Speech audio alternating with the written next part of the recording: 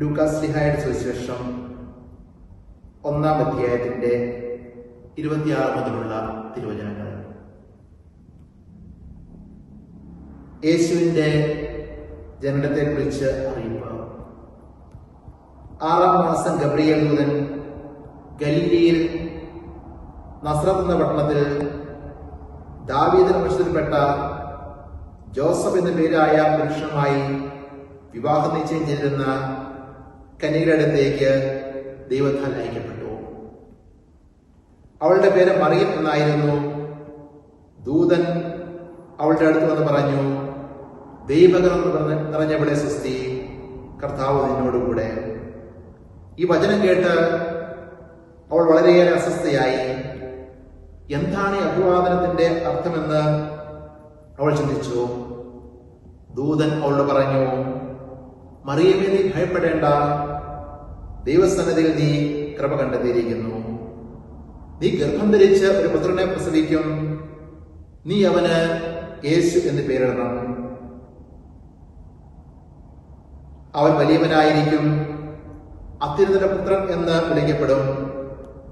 അവന്റെ പിതാവായ ദാവീദിന്റെ സിംഹാസനം ദൈവമായ കർത്താവ് അവന് കൊടുക്കും.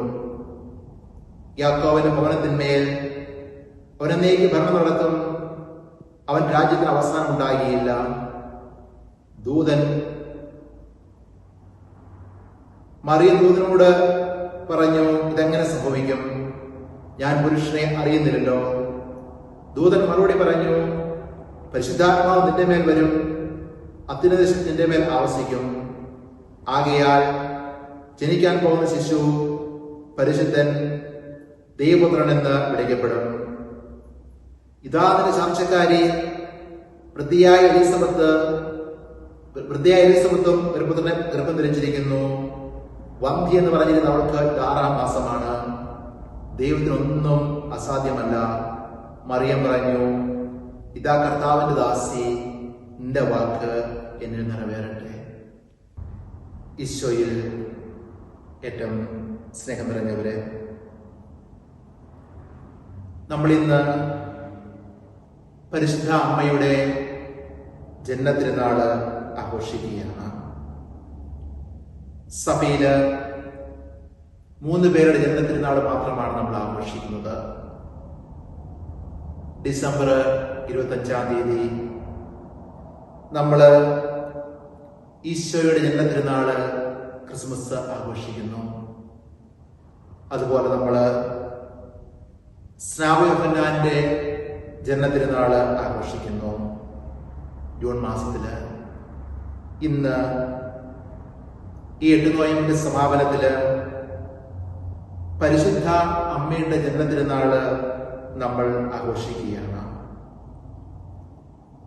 ഇന്ന് ഈ സുന്ദര മുഹൂർത്തത്തില് പരിശുദ്ധ അമ്മയുമായി ബന്ധപ്പെട്ട ഏതാനും ചിന്തകള് നിങ്ങളുമായിട്ട് പങ്കുവയ്ക്കുവാൻ ആഗ്രഹിക്കുകയാണ്. ഞാനിപ്പോൾ ആയിരിക്കുന്നത് വിയന്നയിലെ എൻ്റെ ഇടവക ദേവാലയത്തിന്റെ അൾത്താരയുടെ മുമ്പിലാണ്.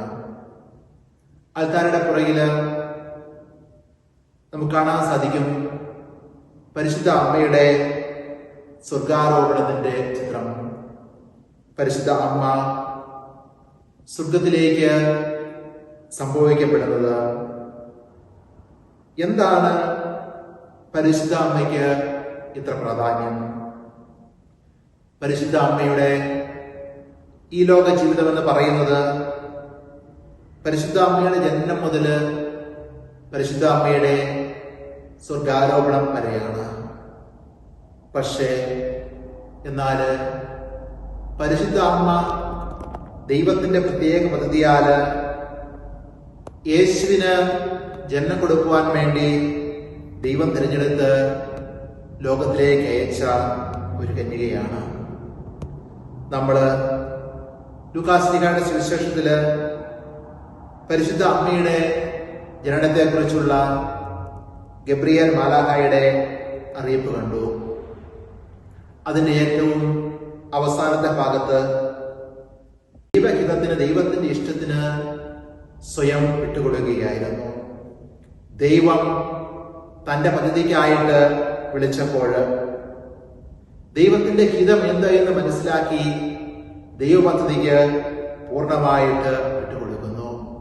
അതാണ് പരിശുദ്ധ അമ്മ.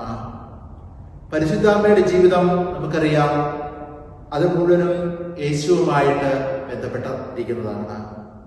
ഒന്നാമതായിട്ട് നമ്മൾ ചിന്തിക്കുമ്പോൾ ഈ ഗബ്രിയേൽ മാലാഖയുടെ വചനത്തെ കുറിച്ച് നമ്മൾ ധ്യാനിക്കുമ്പോൾ നമ്മൾ മനസ്സിലാക്കുന്ന ഒരു കാര്യം, പരിശുദ്ധ അമ്മ എന്ന് പറയുന്നത് പരിശുദ്ധ അമ്മ യേശുവിനെ സ്വീകരിക്കുവാൻ തയ്യാറായി.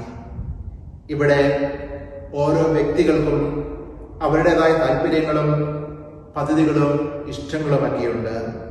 എന്നാൽ ദൈവത്തിന്റെ മാലാഖ വന്നിട്ട് ദൈവത്തിന്റെ പദ്ധതി ഇതാണ് എന്ന് പരിശുദ്ധ അമ്മയോട് പറയുമ്പോൾ പരിശുദ്ധ അമ്മ ആ ദൈവീക പദ്ധതിക്ക് സ്വയം വിട്ടുകൊടുക്കുവാൻ വേണ്ടി തയ്യാറായി. അങ്ങനെ ദൈവത്തിന്റെ ദാനമായ കുഞ്ഞിനെ ഉദരത്തില് പരിശുദ്ധ അമ്മ സ്വീകരിക്കുന്നു. നമ്മളെ സംബന്ധിച്ചിടത്തോളം പരിശുദ്ധാമ്മയുടെ തിരുനാൾ ആഘോഷിക്കുമ്പോൾ ആഴത്തില് ചിന്തിക്കുവാനുള്ള അവസരമാണിത്. പലപ്പോഴും പല കാര്യങ്ങളും നമ്മുടെ ഇഷ്ടത്തിനും നമ്മുടെ താല്പര്യത്തിനുമായിരിക്കത്തില്ല നടക്കുന്നത്. നമ്മളിങ്ങനെ പറയാറുണ്ട്, മനുഷ്യൻ പദ്ധതികൾ വിഭാവനം ചെയ്യുന്ന വചനത്തില് അന്തിമ തീരുമാനം കർത്താവിൻ്റെതാണ്. പക്ഷെ പലപ്പോഴും നമ്മുടെ പദ്ധതികള് നമ്മുടെ ഇഷ്ടമനുസരിച്ച് നടക്കാതിരിക്കുമ്പോൾ നിരാശരാകുന്നു, അതല്ലെങ്കിൽ നമ്മളതിനെ കുറ്റം പറയുന്നു, നമുക്കതൊരിക്കലും അക്സെപ്റ്റ് ചെയ്യാൻ പറ്റുന്നില്ല. എന്നാൽ പരിശുദ്ധ അമ്മയുടെ ജീവിതത്തിൽ മനസ്സിലാക്കേണ്ട ഒരു കാര്യം, ദൈവത്തിന്റെ പദ്ധതി ഇതാണ് എന്ന് മനസ്സിലാക്കിയപ്പോൾ ദൈവ പദ്ധതിക്ക് സ്വയം വിട്ടുകൊടുത്ത് ദൈവം ആഗ്രഹിക്കുന്ന രീതിയിൽ പരിശുദ്ധാമ്മ മുന്നോട്ട് പോവുകയാണ്. അങ്ങനെയാണ് പരിശുദ്ധാമ്മ സ്വമനസാല് ദൈവത്തിന്റെ പദ്ധതി അനുസരിച്ച് ദൈവ തിരുക്കുമാരനെ സ്വന്തം ഉദരത്തിൽ സ്വീകരിക്കുവാൻ തയ്യാറാകുന്നത്. രണ്ടാമതായിട്ട് ദൈവ പദ്ധതിക്ക് സ്വയം വിട്ടുകൊടുത്തുകൊണ്ട് പരിശുദ്ധാമ്മ ആ കുഞ്ഞിനെ സ്വന്തം ഉദരത്തില് വളർത്തി. നമുക്കറിയാം പരിശുദ്ധാമ്മ എപ്രകാരമാണ് ഈശോയെ സ്വീകരിച്ചത്, ഈശോയെ വളർത്തിയതെന്ന്. ഒത്തിരിയേറെ ത്യാഗങ്ങളിലൂടെ സഹനങ്ങളിലൂടെ പരിശുദ്ധാമ്മ കടന്നു പോകേണ്ടി വന്നു. വലിയ ഉത്തരവാദിത്തമാണ് പരിശുദ്ധാമ്മ ഏറ്റെടുത്തത്. അതിനുവേണ്ടി ഓരോ ഘട്ടങ്ങളിലും ആ കുഞ്ഞ് ജനിക്കുന്നത് നമുക്കറിയാം. ബെത്ലഹേമിലുള്ള കുഞ്ഞിന്റെ ജനനം, കഴുതപ്പുറത്തേറിയുള്ള യാത്ര, അത് കഴിഞ്ഞ് പുൽത്തൊഴുത്തിലെ ജനനം, ഈജിപ്തിലേക്കുള്ള പലായനം, വീണ്ടും വസ്ത്രത്തിൽ വരുന്നത്, അങ്ങനെ ഒത്തിരിയേറെ ത്യാഗത്തിലൂടെ കടന്ന് പരിശുദ്ധാമ്മയെ കുടുംബവും കടന്നു പോവുകയാണ്. ഈശോയ്ക്ക് വേണ്ടി ഈ ത്യാഗങ്ങളെല്ലാം അനുഭവിക്കുവാൻ പരിശുദ്ധാമ്മ തയ്യാറായി. പരിശുദ്ധാമ്മയുടെ ജനനത്തിരുന്നാൾ ആഘോഷിക്കുമ്പോൾ നമ്മൾ ചിന്തിക്കേണ്ടത് അമ്മയുടെ ജനനത്തെ കുറിച്ച് മാത്രമല്ല, അതിനപ്പുറത്ത് ആമ്മ നടത്തിയ ത്യാഗങ്ങളെ കുറിച്ച്, ആമ്മ നടത്തിയ സഹനങ്ങളെ കുറിച്ച് ഒക്കെയാണ്. ഇത് നമ്മുടെ ജീവിതത്തില് നമ്മൾ ഓരോരുത്തരും പ്രാവർത്തികമാക്കേണ്ടതാണ്.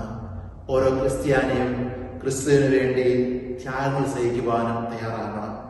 നമുക്കറിയാം, നമ്മുടെ അനുദിന ജീവിതം ത്യാഗപൂർണമായ ജീവിതമാണ്.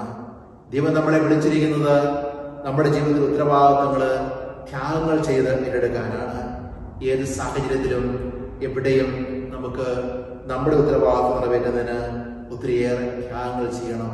ഈ അവസരത്തില് നമ്മൾ മനസ്സിലാക്കണം, നമ്മൾ ചെയ്യുന്ന ഓരോ ത്യാഗവും ദൈവസന്നിധിയില് വിലയുള്ളതാണ് എന്ന് ദൈവം അത് മനസ്സിലാക്കുന്നു.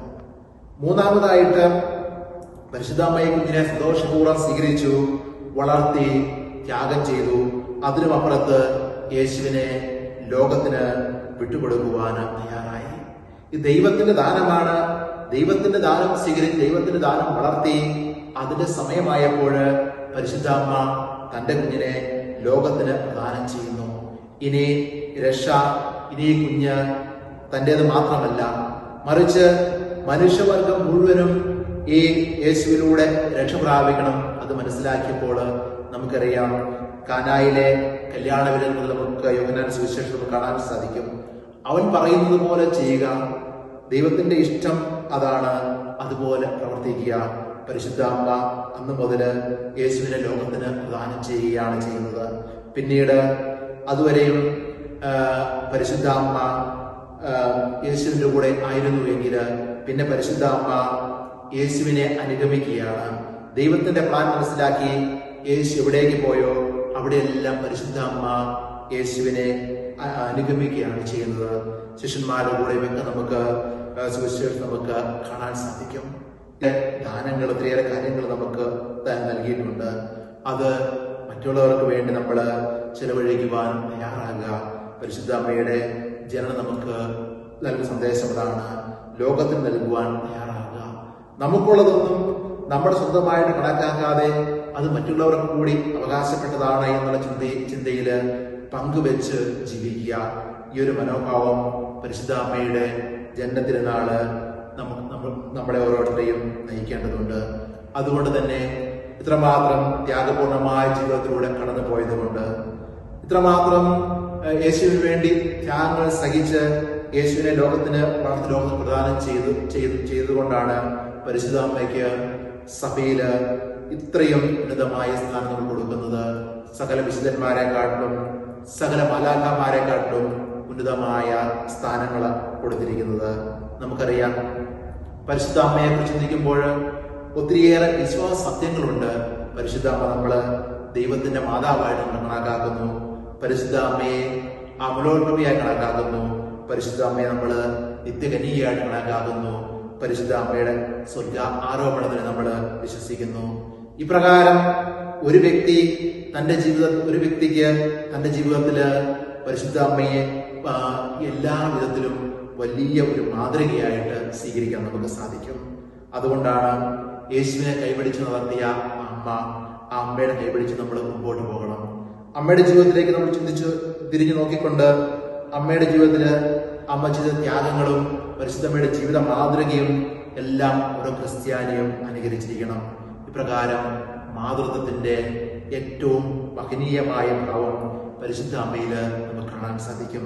ഈ ജന്മതിരുനാൾ നമ്മൾ ആഘോഷിക്കുമ്പോൾ ഈ ജന്മതിരുനാളിന്റെ സന്തോഷം നമുക്കുണ്ട്. പരിശുദ്ധ അമ്മയുടെ ജന്മതിരുനാളിന്റെ സന്തോഷം, ആ സന്തോഷം നമ്മൾ പങ്കുചേരുമ്പോൾ അമ്മയുടെ പുണ്യങ്ങള്, അമ്മയുടെ ജീവിത മാതൃക, ഇതെല്ലാം നമ്മുടെ ജീവിതത്തില് പ്രാവർത്തികമാക്കാൻ നമുക്ക് പരിശ്രമിക്കാം. പരിശുദ്ധ അമ്മയെ പോലെ വിശുദ്ധമായിട്ട് ജീവിച്ചുകൊണ്ട് യേശുവിന് വേണ്ടി നമ്മുടെ ജീവിതം നമുക്ക് സമർപ്പിക്കാം.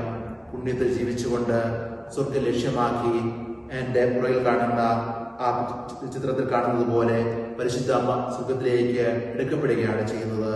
നമ്മളും ത്യാഗപൂർണമായിട്ട് വിശുദ്ധിയില് ജീവിക്കുമ്പോൾ നമ്മുടെ മരണശേഷവും മാലാഖമാര് നമ്മുടെ സ്വർഗത്തിലേക്ക് സ്വീകരിക്കും.